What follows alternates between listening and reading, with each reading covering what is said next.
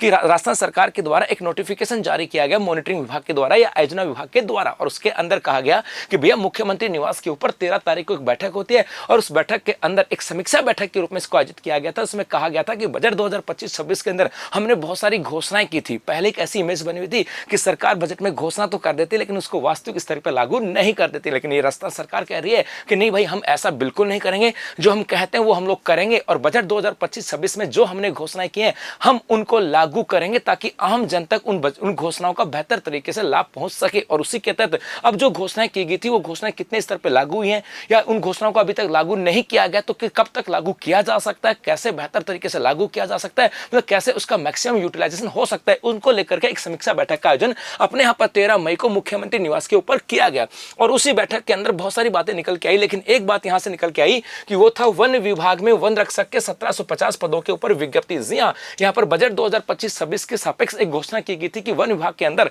1750 पदों के ऊपर वन रक्षकों की भर्ती की जाएगी और इसी को लेकर के अब यहां पर एक समीक्षा बैठक का आयोजन किया गया था। और उस समीक्षा बैठक के अंदर, जी हां, उसी समीक्षा बैठक के अंदर एक अवधि दी गई है और वो अवधि है 30 जून 2025 की। 30 जून 2025 तक इस पर्टिकुलर विभाग को कहा गया कि आप पूरी रिपोर्ट दो हमें कि भैया आप इस पद के ऊपर वैकेंसी कब निकाल रहे हो इतने पदों के ऊपर और उसकी पूरी प्रोसेस क्या है। मतलब समीक्षा बैठक के अंदर यही था कि भैया आप लोगों ने बजट में कहा था ना कि वन रक्षक की भर्ती आएगी 1750 पदों के ऊपर, तो क्या हुआ उसकी बात को लेकर के हमें एग्जैक्ट 30 जून तक आपको पूरी डिटेल देनी है। यह कहा गया पर्टिकुलर संबंधित विभाग को, संबंधित विभाग को कि भैया 30 जून तक पूरी डिटेल दे दो कि आप ये वैकेंसी कब निकालने वाले हो। इसका मतलब उस विभाग के गले में आ गया मामला कि आपने पहले तो कह दिया था हम ऐसा करने वाले हैं, अब 30 जून तक वो विभाग पर्टिकुलर हर एक जानकारी सरकार को देगा और उसके बाद जब सरकार पूरी तरह से पुख्ता हो जाएगी कि हाँ इस सरकार तत्पर है, ये विभाग के अंदर इतनी वैकेंसी है और इसके आधार पर वो नई वैकेंसी आ जाएंगी। इसका मतलब 30 जून तक आपकी डेडलाइन यहां पर है। उसके बाद हो सकता है आपके पास,